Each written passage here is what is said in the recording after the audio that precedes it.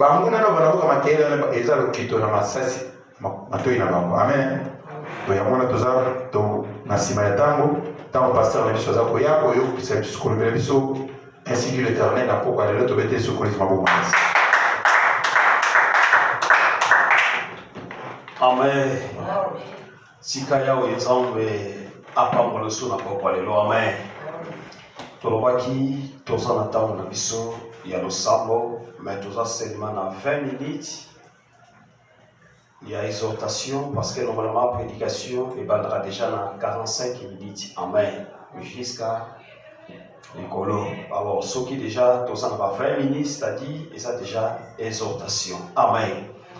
Alors, lobby, thème de la mission de qui a dimanche, c'est la restauration. Tout ce qui t'a révélé, il y a la explication ou comme même abattu na pensée, na objectif. Il y a comprendre pourquoi la restauration. Amen. Alors, qui la restauration, d'une manière d'une autre, c'est-à-dire qu'il y a des actions où il y a des restaurer ou réparer, de remettre en bon état, de rétablir, c'est-à-dire, et là où il y a déjà, mais il vente, et il moi salité, et comme les sous qui tombent au mingité, et c'est qu'il va réparer yango, babongisango, va rétablir yango, et comme on a état, oyo les alaki ou soit les kalisusu nenge ezalaki. Alors dans le belaki, on a selon batomokilinde bazar expliquer c'est la restauration. Mais selon la Bible, la restauration ezali de recevoir en retour plus que celui qui a été perdu au point où l'état final est supérieur à l'état d'origine. C'est-à-dire, restauration d'une manière, ezembe babiso na kati na vie. Naspikaki lobi, nzambe mutabandaki restauration, abandaki ya mokan. Il avait commencé dans le jardin d'Éden. Après avoir Adam na Ève kosala lisumu, c'est-à-dire qu'on désobéit na ba loi ya éternel, alors nzambe alingaki kotika bango ndenge wana te. Bien que atindaki ba ange ba kele kozwa nzete mbumba, nzete wana mobimba akolela mobimba kokende pe ko dépêcher yango, kokende ko bomba yango, même place ba kele ko bomba yango, moto moko yebite kaka nzambe ne tapesa ba ange commandement ba kende ko protéger, est-ce qu'on va protéger yango? Pourquoi va protéger yango? Parce qu'il y a encore la vie. Alléluia. Parce que Dieu, étant que Dieu, il savait que Adam na Ève basali mabe ba désobéir na loi nanga, mais ezali na second encore ba benga ka la grâce oyo ekoki ko permettre ba opé lisusu lobi ba yeba ko vivre. Mais soki batikaki kaka nzete wana ndenge ezalaki kaka na kati na jardin, je ne pense pas que biso lelo tulingaki tozwa vie. Alléluia. Mais pour protéger parce que Dieu sait, il y aura un moment où on va ça accord. Et pas il y a Jésus étant que fils. Akende la mission, à Koufa, à son babiso, de manière que nous étions pas bombardés. Et soit sous valeur. Alléluia. Pourquoi ce soit valeur? Parce que Basu va protéger Jésus aïe pour ça la mission ya rachat. Voilà pourquoi le baki lobi kufa na Yesu ezali kaka kosomba bisote mais ezali pe esengo na ba o bakufa ki liboso. Alléluia.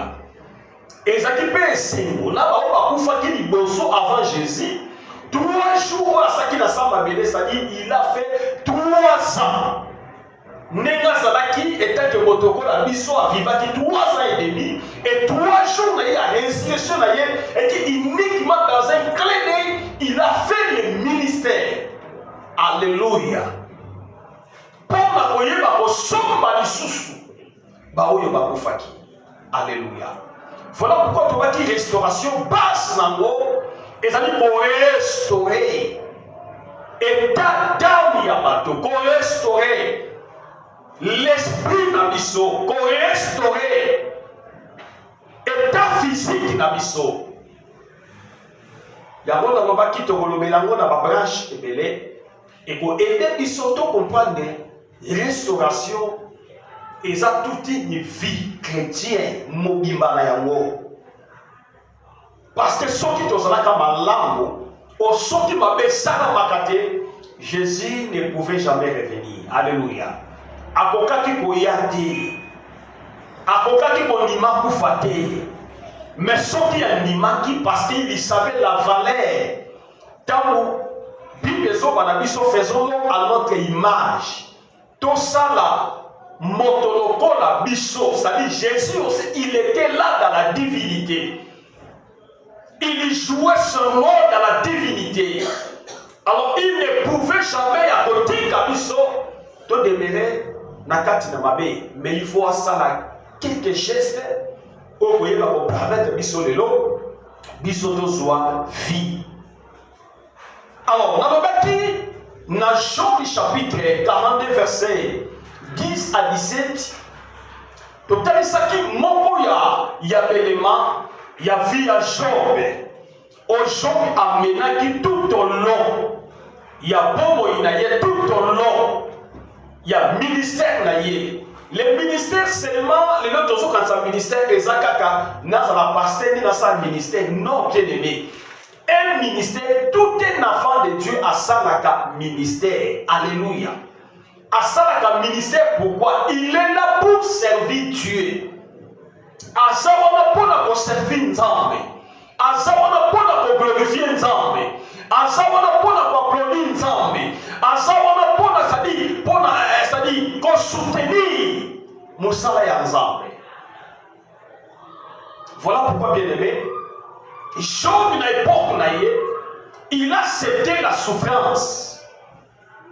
Accepter la souffrance pourquoi? Parce qu'il connaît Dieu. Il sait que si tu as Aoutaki, Abanaki, à comme à un niveau Yakomi. Voilà pourquoi plus loin même à l'obis, Oyo Nazaraki na yango, Eza Nzambu Notapesa Kinga. Nyoso Nazaraki na yango, Onyoso na Vivaki na yango, Eza Kinzambe. Donc ce Dieu-là, il est aussi capable, il y a même à retirer. On le pèse parce que c'est lui qui est le porteur, parce que c'est lui qui est le donateur, c'est lui qui donne. Alléluia. Bien aimé, au Yabisoki, au bandit qu'on comprend le mystère ensemble, et pas y a bateau, babando comprendre yoté. Alléluia. Ce qui au côté de Mozindo, il y a un service ensemble. Bien aimé. Façon yo ba nomona makambo na bato baza na dimension te et kozala différent moto azo servir Nzambe akomaka un instrument pourquoi parce que il sait je suis c'est-à-dire nazali instrument on Nzambe azo utiliser Nzambe azo sala Nzambe azo permettre ngai nazala ndenge nazali soki nazali le bibezo ba si je vis ce n'est pas moi qui vis au port Azoloba, mais plutôt c'est Christ qui vit en moi. Alléluia. Parce que atali parcours naïe, atali vie naïe, atali le renga zaki, atali nenga komi, a dit non, ce n'est pas moi Paul, mais plutôt c'est les œuvres de Dieu qui se manifestent dans ma vie. Voilà pourquoi je voulais dire ce soir. Na pourquoi tout au long, il y a ma prière dans l'issue. Ceux qui ont vivre les lots, ceux qui ont comprendre les hommes et les lots, ceux qui ont persévéré même la carte de la vie, en réalité, bien aimé, c'est Dieu qui a voulu. Alléluia. Il y a dans la vie qui était manifestaka et l'homme qui a carte de la vie, c'est-à-dire quoi? Pour ça, tant que vous manifestez pour ça, il y a moins de ça, et des fois, on la porte, bah, canal de Nzamba, Nzamba, utiliser. Parce que tu es un instrument. Si Dieu veut utiliser, il doit utiliser Namoto Nzambalingi. Alléluia.